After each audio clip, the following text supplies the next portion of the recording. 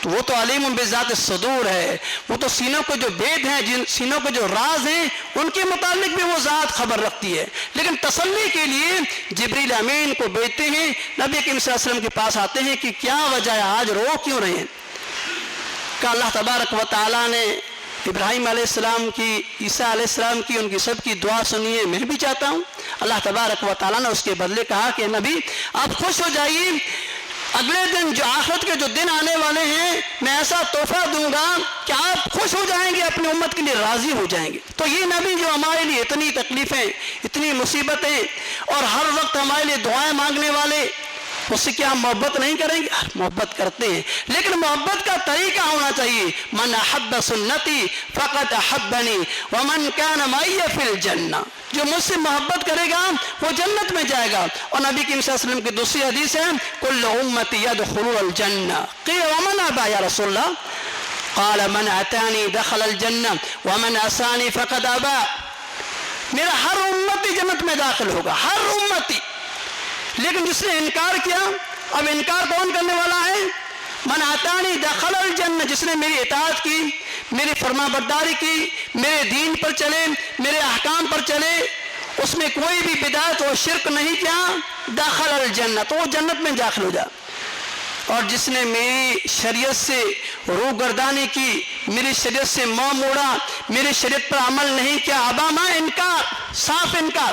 کچھ لوگ ہوتے ہیں جو صاف انکار کرتے ہیں، کچھ لوگ کیا ہوتے ہیں، ارے ایسا تو ہوگا۔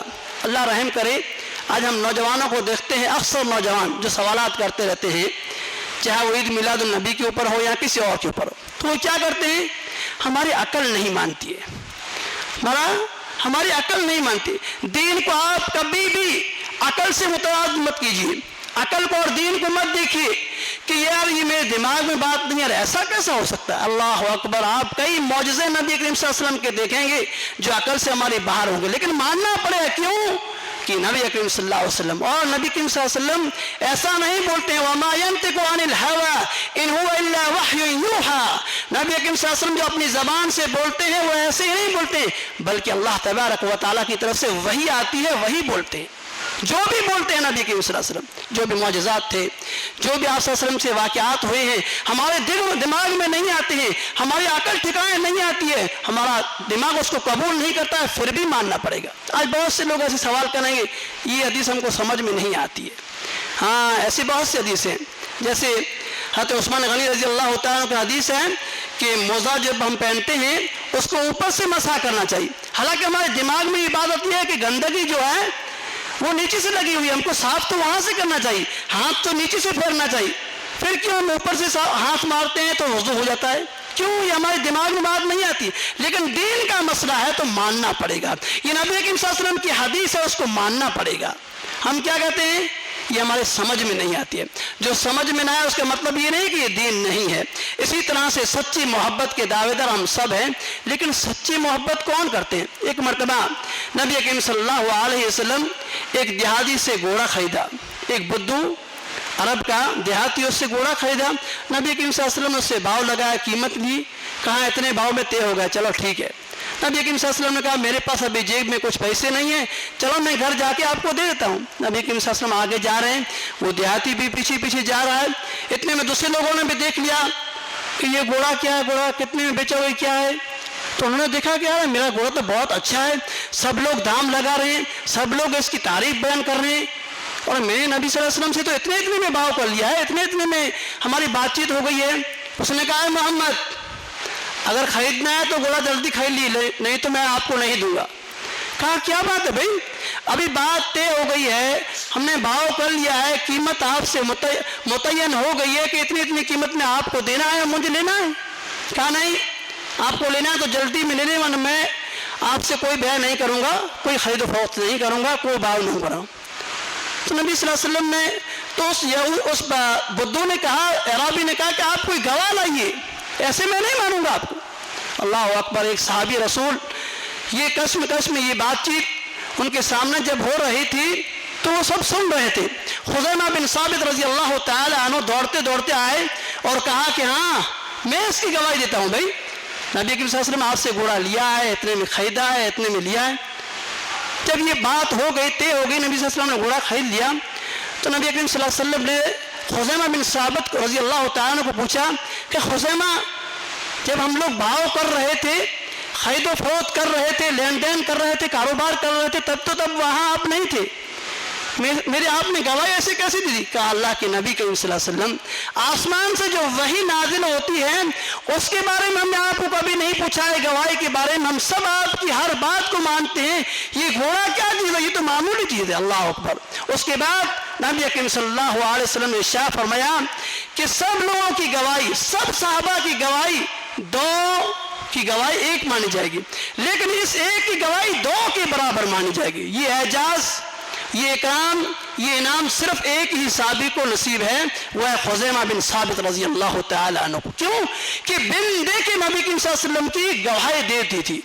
یہ تھی سچی محبت، اس کو کہتے ہیں محبت رسول صلی اللہ علیہ وسلم۔ ایسے بہت سارے واقعے ملیں گے دین اسلام میں، ہم سب جانتے ہیں۔ یہ جو مہینہ چل رہا ہے ربیع الاول کا، ہم سب جانتے ہیں نبی کریم صلی اللہ علیہ وسلم کے 63 سال زندگی گزاری، لیکن آپ نے کبھی بھی یہ دن نہیں منایا، یہ جشن نہیں منایا۔ صحابہ کرام نے نہیں منایا، صحابیات نے نہیں منایا، اور نہ ہی تابعین منایا، نہ تبع تابعین نے، نہ محدثین نے، کسی نے بھی نہیں منایا۔ یہ بعد میں آیا ہے، سب جانتے ہیں ہم، اور جو منا رہے ہیں وہ بھی الحمدللہ جانتے ہیں، پھر بھی وہ عمل نہیں کر پاتے ہیں۔ ہم دعا کرتے ہیں کہ اللہ تبارک و تعالی ان کو صحیح سمجھ عطا فرمائے، اللہ تبارک و تعالی ان کے دلوں کے اندر، ان کے دماغوں کے اندر جو فطور ہے اور جو نقص ہے، جو عیب ہے، ان سب کو نکالنے کی توفیق عطا فرمائے۔ کیوں کہ جب خود بخود وہ آ جائے گا تو انشاءاللہ اس کے دماغ کھل جائیں گے، لیکن ان کے دماغوں کو پٹی پڑی ہوئی ہے، اور پہلے پٹی پڑھائی گئی ہے ان کو۔ اللہ سے دعا کرتے ہیں کہ اللہ تبارک و تعالی ہم سب کو جو یہ ربیع الاول کا مہینہ ہے اس میں زیادہ زیادہ اعمال کرنے کی توفیق عطا فرمائے، نہ کہ ہم عید میلاد منائیں، بلکہ جتنا ہو سکے، خاص طور سے جو نوجوان ہیں ان سے جتنا کوئی اور سوال کرے ان کو ہم یہی کہیں کہ اللہ آپ کو توفیق دے، عمل کی توفیق دے۔ اسی طرح سے جو آپ گمراہ ہیں، کیوں کہ گمراہی اور بدعت کی صورتیں جو دین میں نئی بات ایجاد کرنا، یہ کہیں بھی نبی کریم صلی اللہ علیہ وسلم سے ثابت نہیں ہے کہ نبی صلی اللہ علیہ وسلم کی 63 سالہ زندگی، 63 برس کے آپ تھے، کبھی بھی آپ نے عید نہیں منائی ہے۔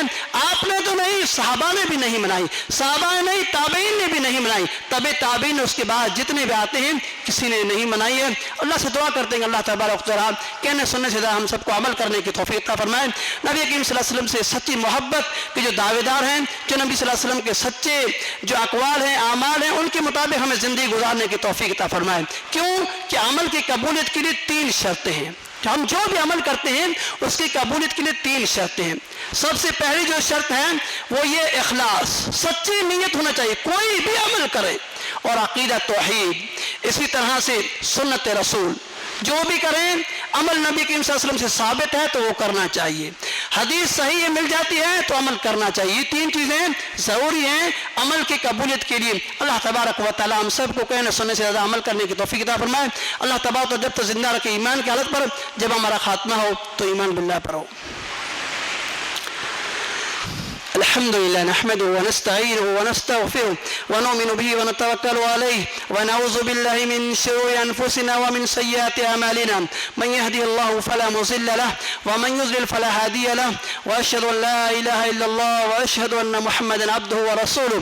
أما بعد فإن خير الحديث كتاب الله، وخير الهدي هدي محمد صلى الله عليه وسلم، وشر الأمور محدثاتها، وكل محدثة بدعة، وكل بدعة ضلالة، وكل ضلالة في النار. أعوذ بالله السميع العليم وبوجهه الكريم وسلطانه القديم من الشيطان الرجيم. بسم الله الرحمن الرحيم. يا أيها الذين آمنوا صلوا عليه وسلموا تسليما. اللهم صل على محمد وعلى آل محمد كما صليت على إبراهيم وعلى آل إبراهيم إنك حميد مجيد. اللهم بارك على محمد وعلى آل محمد كما باركت على إبراهيم وعلى آل إبراهيم إنك حميد مجيد. تعالوا عباد الله رحمكم الله، إن الله يأمركم بالعدل والإحسان وإيتاء ذي القربى وينهى عن الفحشاء والمنكر والبغي يعظكم لعلكم تذكرون. واذكروا الله يذكركم وادعوه يستجب لكم ولذكر الله تعالى أولى وأجل وأكبر والله يعلم ما تصنعون.